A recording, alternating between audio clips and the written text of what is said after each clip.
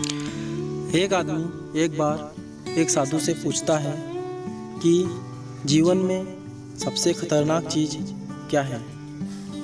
साधु ने उसे यह कहानी सुनाई।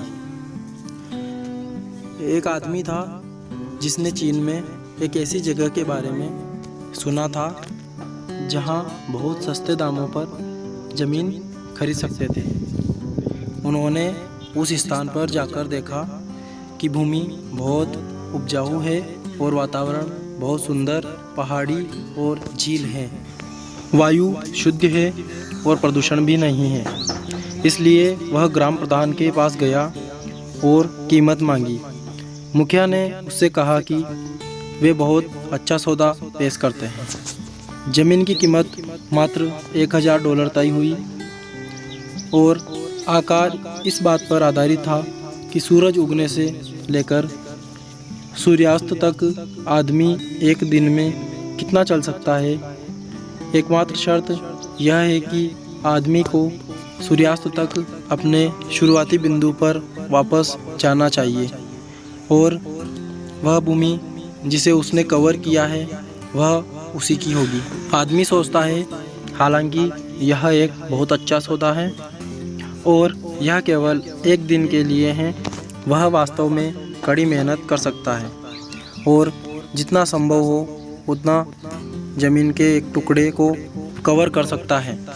तो एक दिन तय हुआ और उस आदमी ने शुरू करने के लिए एक बहुत अच्छी जगह चुनी जहां सभी ग्रामीण सूरज उगने के दौरान उसे देखते हैं और उसे खुश करते हैं।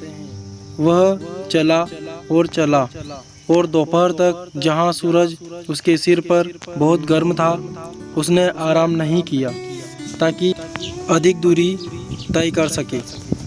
वह अब शुरुआती बिंदु नहीं देख सकता था, लेकिन फिर भी उसने महसूस किया कि अभी भी पीछे मुड़ना जल्दबाजी होगी, क्योंकि उसे ज़मीन का एक बहुत बड़ा टुकड़ा चाहिए था।